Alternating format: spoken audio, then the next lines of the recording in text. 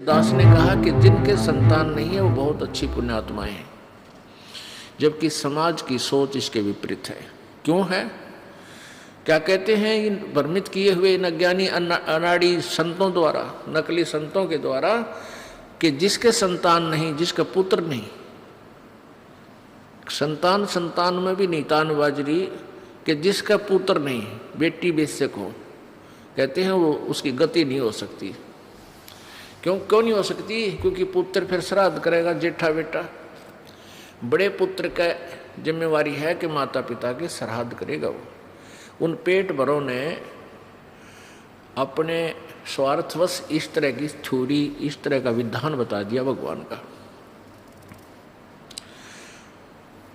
पुण्यात्मा परमात्मा यही बताना चाहते हैं कि एक लेवा एक देवा दूतम, या कोई किसी का पिता नहीं पुत्रम। कुछ एक ऐसी कहानी है जो सत्य है और हमने उसको पर सत्य ही मानकर अपने जीवन को सुचारू करना है, उसके अनुसार हमने चलना होता है। एक लेवा एक देवा दूतम, कोई काहू का पिता नहीं पुत्रम। एक कथा है कि एक व्यक्ति के दो पुत्र थे, उस व्यक्ति की मृत्यु हो गई।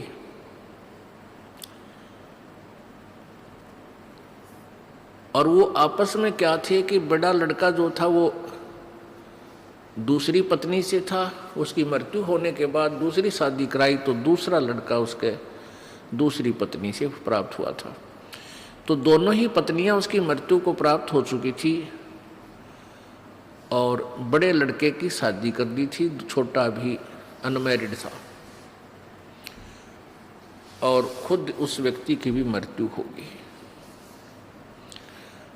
अब वो छोटा लड़का, बड़े लड़के का विवाह हो चुका था। अब छोटा जो उसकी मौसी का लड़का था वो कुछ दिनों के बाद बीमार हो गया, रोगी हो गया। और रोगी इतना हो गया कि 2-4 जगह दिखाया, उसे कोई आराम नहीं हुआ। किसी ने कहीं बताया, किसी ने कहीं बताया, उसमें पैसे ज़्यादा लगने थे। इसलिए बड़े भाई ने और उसकी पत्नी ने एक स्कीम बनाई कि अपने यहाँ काफ़ी संपत्ति है, अच्छी ज़मीन है, बड़े बड़े मकान हैं, और ये अगर जीवित रहा तेरा भाई, वो खुद बातें करते हैं, यदि ये जीवित रहा तो आधी संपत्ति को प्राप्त करेगा। और अब ये मृत्यु के निकट पहुंच चुका है, इसका इलाज करवाएंगे तो काफ़ी पैसे लगेंगे, क्यों ना इसकी मृत्यु ही करवा दें किसी वैद्य से डॉक्टर से बात करके।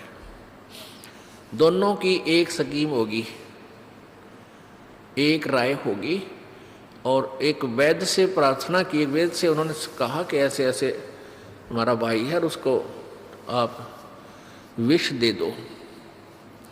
वो कहने लगा मैं 500 रुपये लूँगा,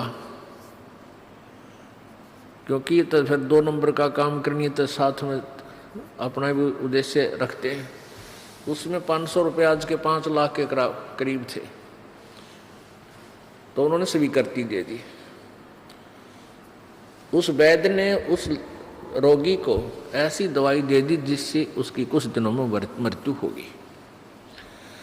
अंतिम संस्कार किया, खुशी मनाई। 1 वर्ष के बाद उनके एक संतान उत्पत्ति होगी। एक लड़का उत्पन्न हुआ, इकलौता पुत्र, और संतान हुई नहीं। इकलौता पुत्र खूब लालन पालन कर रहे हैं, बढ़िया से बढ़िया आहार कराते हैं। वो गिने दिनों में वो लड़का युवा हो गया, यानी 10-12 वर्ष के बाद पहले शादी कर देते थे, 12 वर्ष के बच्चे का ब्याह कर दिया करते थे। और 12 वर्ष के लड़के आज के 25 वर्ष 20 वर्ष के बच्चों से भी तगड़े हो जाते थे, ऐसा स्वस्थ शरीर होता था। अब वो लड़का जो है, उस लड़के का भी ब्याह कर दिया। शादी होने के कुछ ही दिन उपरांत वो बच्चा फिर बीमार हो गया। वो उनका लड़का बीमार हो गया, यानी पहले तो भाई बीमार था, उसकी मृत्यु होगी, फिर पुत्र हुआ तो वो पुत्र भी रोगी हो गया कुछ दिनों शादी होने के उपरांत। अब इकलौता पुत्र, उसके जीवन की रक्षा के लिए उन्होंने कोई वैद्य नहीं छोड़ा, कोई झाड़ फूंक करने वाला व्यक्ति भी नहीं छोड़ा। सबके पास गए, जो मुंह मांगा वो पैसा दिया, जो मांगा वही पैसा। कहा तुम मेरा बेटा ठीक कर दो, चाहे कितना पैसा लग जाए। अच्छी बहुत कीमती दवाइयाँ लगाई, लेकिन रिजल्ट ये हुआ कि कोई भी उसका ट्रीटमेंट नहीं कर सका। बच्चा ज़्यादा ही अस्वस्थ हो गया और ऐसा लगने लगा कि ये शाम सवेरे ही प्राण त्यागने वाला है। वो उसके पिताजी वहाँ उसके पास बैठे थे, तब उस लड़के ने कहा कि भाई, अपने भाई का नाम लेकर बोला कि अब तेरा और मेरा हिसाब हो लिया पूरा, अब तू नो कर, कफन और लकड़ियाँ क्या हिसाब किताब रहता है वो इकट्ठी कर ले, और मैं ईब प्राण त्यागूंगा। अब वो कहता है व्यक्ति अपने पुत्र से कि बेटा मैं तेरा बाप हूँ, तेरा भाई नहीं लगता। वो कहता मुझे सब पता है, तू मेरा क्या लगता है, मैं तेरा भाई हूँ और तूने मुझे ऐसे ऐसे विष देकर मारा था और मेरा और तेरा ये हिसाब हो लिया, क्योंकि आधी संपत्ति लगभग जमीन भी गिरवा रख दी थी बच्चे के इलाज के लिए, यानी बेच डाली थी, आधी जमीन भी बेच डाली थी। तब उसने कहा कि मैं तेरा वो भाई हूँ जिसको तुमने जहर देकर विष देकर मरवाया था और मैंने अपना हिसाब पूरा कर लिया। अब पुण्यात्मा विचार करना चाहिए, कथा हो पर 100% सत्य है ये। अब उसके जो भाई कहें या उसका बाप कहें, उसको यह बात पक्की जचगी, भाई बिल्कुल आधी संपत्ति बिकेगी, सारा पैसा खर्च हो गया। तब उसने कहा भाई ठीक है, एक बात और बता दे भाई, हमने तो पाप करा में फल मिल गया कि इकलौता पुत्र हमारा मृत्यु को प्राप्त हो रहा है, हमें तो दंड मिल गया क्योंकि हमने आपके साथ धोखा किया। लेकिन इस लड़की का क्या दोष है जो तेरे ब्याही आई है, तेरी पत्नी है, और अब इसको जिंदा जलाया जाएगा सती प्रथा के तहत। उसमें सती प्रथा थी कि पहले पति मर जावे तो लड़की पत्नी साथ मरे, जल के उसी चिता में जलाना होता था, उसको जलना होता था। ऐसी कुरीति थी भयंकरिया। तो अब इसका क्या दोष है, इस बेचारी का भी ये तेरे साथ जलाई जाएगी जिंदा। तब उसने कहा कि वो वैद्य कहाँ है जिसने मुझे विष दिया था। उसके भाई ने बताया कि वो पिता कहो चाहे भाई कहो, भाई से ही वार्ता हो रही है। उसने बताया कि आपके 2 वर्ष बाद उसकी मृत्यु हो गई थी। तब उसने कहा कि ये वही वैद्य है जो मेरी पत्नी बनकर आया है, इसने अपने किए की सजाई भोगनी पड़ेगी। वैद्य होकर ऐसा दुष्ट कर्म कराइए, राक्षस प्राण लेने के लिए नहीं, वैद्य प्राण दान करने के लिए होते हैं। तो पुण्यात्माओं, ये बातें हमें परमात्मा के इस तत्व ज्ञान को समझने में सहयोग देंगी, ये सत्कर मान लेना।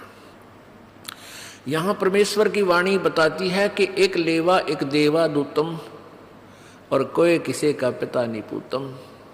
ये ऋण संबंध जुड़ा एक ठाठा, अंत समय सब 12 बाटा। एक लेवा एक देवा दूतम। अब जैसे उस लड़के की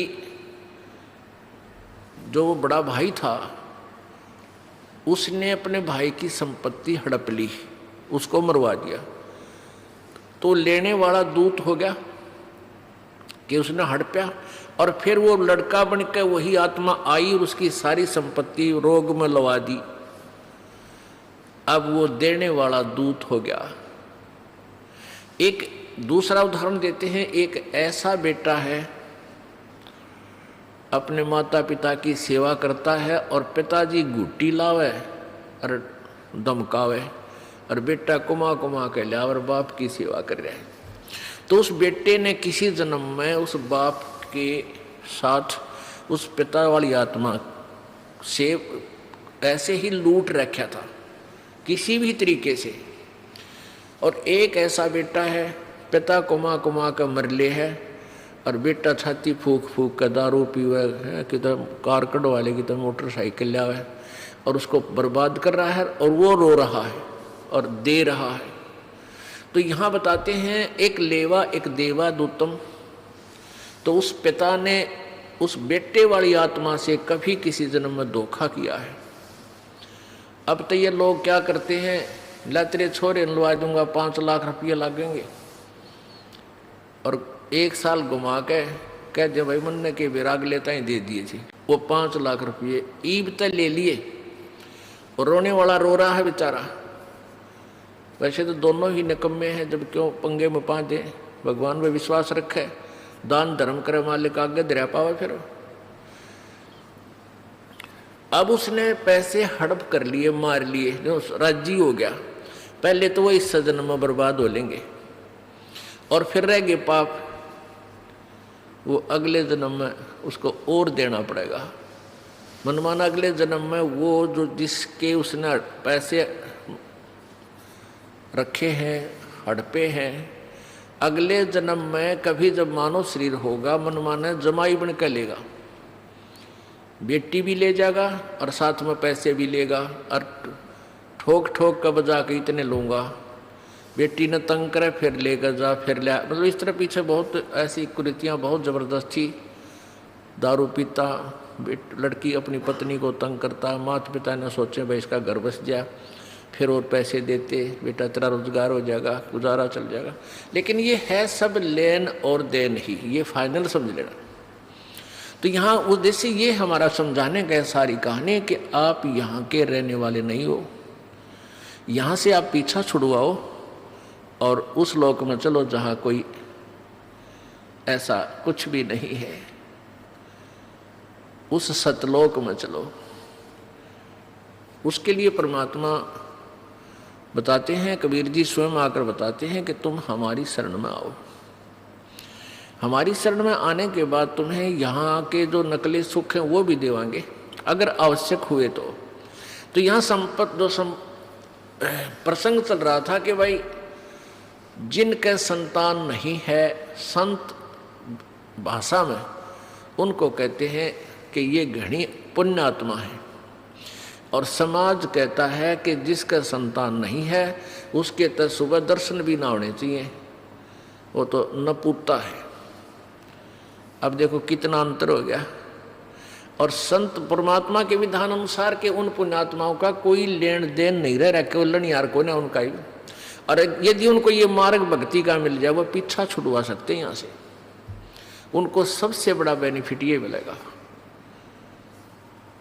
और जिसका संतान है ये पिछला लेन देन उलझ भी रहा है, लेवा देवा दूतम आ भी गए हैं, तो भगवान के चरणों माने से फिर कबीर परमात्मा के दरबार में उनका वो लेन देन सहज में सुलझ जाएगा। बहुत अच्छे तरीके से अपनी विटो पावर से मालिक उनको लेन देन उनका बराबर करवा देगा और दोनों को फिर पार कर ले जाएगा। हमने इस मालिक के विधान को गहनता से समझना पड़ेगा और तभी हम भक्ति कर सकते हैं, अन्यथा भक्ति हो नहीं सकती। ठीक है, जैसा आप करोगे, पुण्य करोगे तो पुण्य मिल जाएगा। परमात्मा नहीं रखता, परमात्मा कहते हैं कुछ कर सका ना कर सकूं, और भाई ना मेरा इख्तार, पर चारों युगों में देख लो हमने किसका रखा मारे। अब जैसे परमात्मा जब आए हुए थे कबीर जी, ये अनाड़ी लोग कहा करते थे तू क्या करेगा जुलाए, तू क्या कर सकता है, तेरा क्यों दुनिया नो बेकार्या है, क्यों मूर्ख बनाता है, तू क्या कर सकता है, तेरे पास क्या पावर है।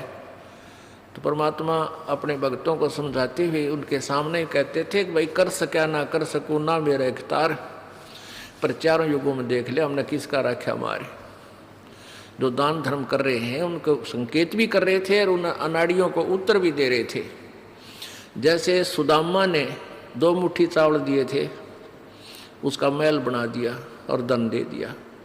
तैमूर लंग ने 1 रोटी खवाई थी परमात्मा तई, 7 पेटी का राज दे दिया, ठाठम ठाठ कर दिए। तो कहते हैं चारों युगों में देख लिया हमने किसका रखा मार, यानी किसका हमने, जिसने हमारे निमित्त कोई दान किया उसका कई गुना करके हमने लौटाया है। अब परमात्मा बताना चाहते हैं कि ये लोग तुम्हारा नहीं है, तुम गलत जगह आगे हो, यहां से पीछा छुड़वाओ बच्चों।